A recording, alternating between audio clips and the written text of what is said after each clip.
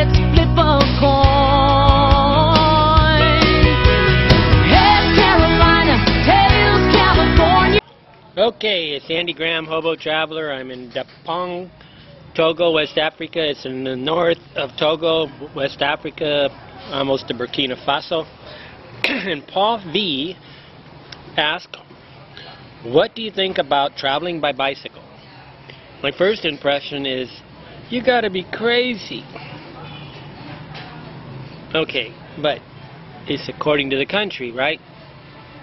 I actually traveled, when I lost my driver's license 27 years ago or something like that because of drunk driving, I had to ride a bicycle for transportation a lot before I got a moped. I did that for 5 years, guys. And I rode my bicycle 60 miles one time, 2 or 3 times that is, from Fort Wayne, Indiana to, what's the name, Huntington. About 30 miles one way, then came back 30 miles, so 60 miles. On roads that have shoulders, it's pretty much okay to ride a bicycle. In, Western Europe, Netherlands, Belgium, maybe England, maybe Sweden, Norway, I don't know those countries, but they have all this stuff. They're set up for bicycles. So yeah, you can go on a bicycle tour there. Everybody's doing it. And it's a little safer. But most of the poor countries, what the cars do is they come up behind you, and nothing puts the fear of God into me than having a truck that just refuses to get off the road, forces me to get off the road, because they don't give you any kind of, they take the place. They just come through and they take the road. Anybody that's traveled around the world on a bicycle, some of them, I always laugh. One of my friends ended up he was suddenly in the south of India.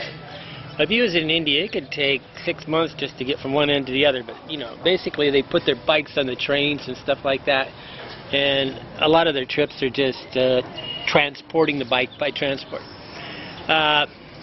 What do I think about people on bicycles? There is a value to people getting on a bicycle, especially if they did it alone. I think there would be nothing more healthy mentally than a person being on a bicycle for 4 hours alone with nobody but their own thoughts. I think this is the most healthy thing that can ever happen to a person. I was on house arrest for almost a year because of my drunk driving, and I used to drive on the tractor, sit on the tractor all day, sitting there raking, hay or, plowing or doing stuff on the farm, and I'd spend 8 hours keeping my brain busy, and that taught me to muse and to think and to have curiosity and to be self-entertaining. And most people never have that opportunity, so the bicycle would give you that opportunity. On the other side is, on a motorcycle, okay, you have people that ride motorcycles and you have people that ride bicycles. Both of these ways normally is a desire to separate yourself from the local people. There's people that just refuse in India to get in the train with the India people. So they come up with this juicy rationalization that they're going to drive a motorcycle, which is absolutely crazy dangerous, through India. And so they come up with these juicy rationalizations to do something that is pretty miserable. But the bicycle's worse because the bicycle can never go the same speed as a car. And one thing nice about most of the world is they never go beyond about 35 miles an hour. So in some ways it's safer. High speed, I always remember my friend Win Moses said he went to Germany, he asked about how people get killed on the Autobahn. I mean, isn't the insurance high because on the Autobahn they go, what, 135 miles an hour? And he says, no, the insurance is cheap. Anybody that gets in a wreck dies. So there is none of this bleeding, ongoing thing. Because you see a lot of cripples here, and they got handicap things all over the place, but they're not talking about the root problem. The root problem is somebody got hit by a car and just got slightly wounded, and they're limping. But A motorcycle can go the same speed as a car. A bicycle never can. So the bus will come along, the other motorcycles come, everybody will come along and push you right off the road.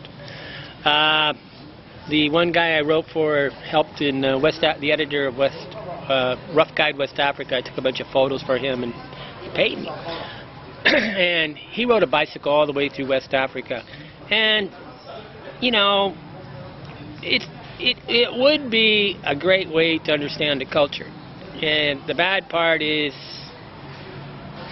you know, it's just, I think people do this for a exorcism. They exorcism of their spirit. They do it to prove one time in their life they can do something.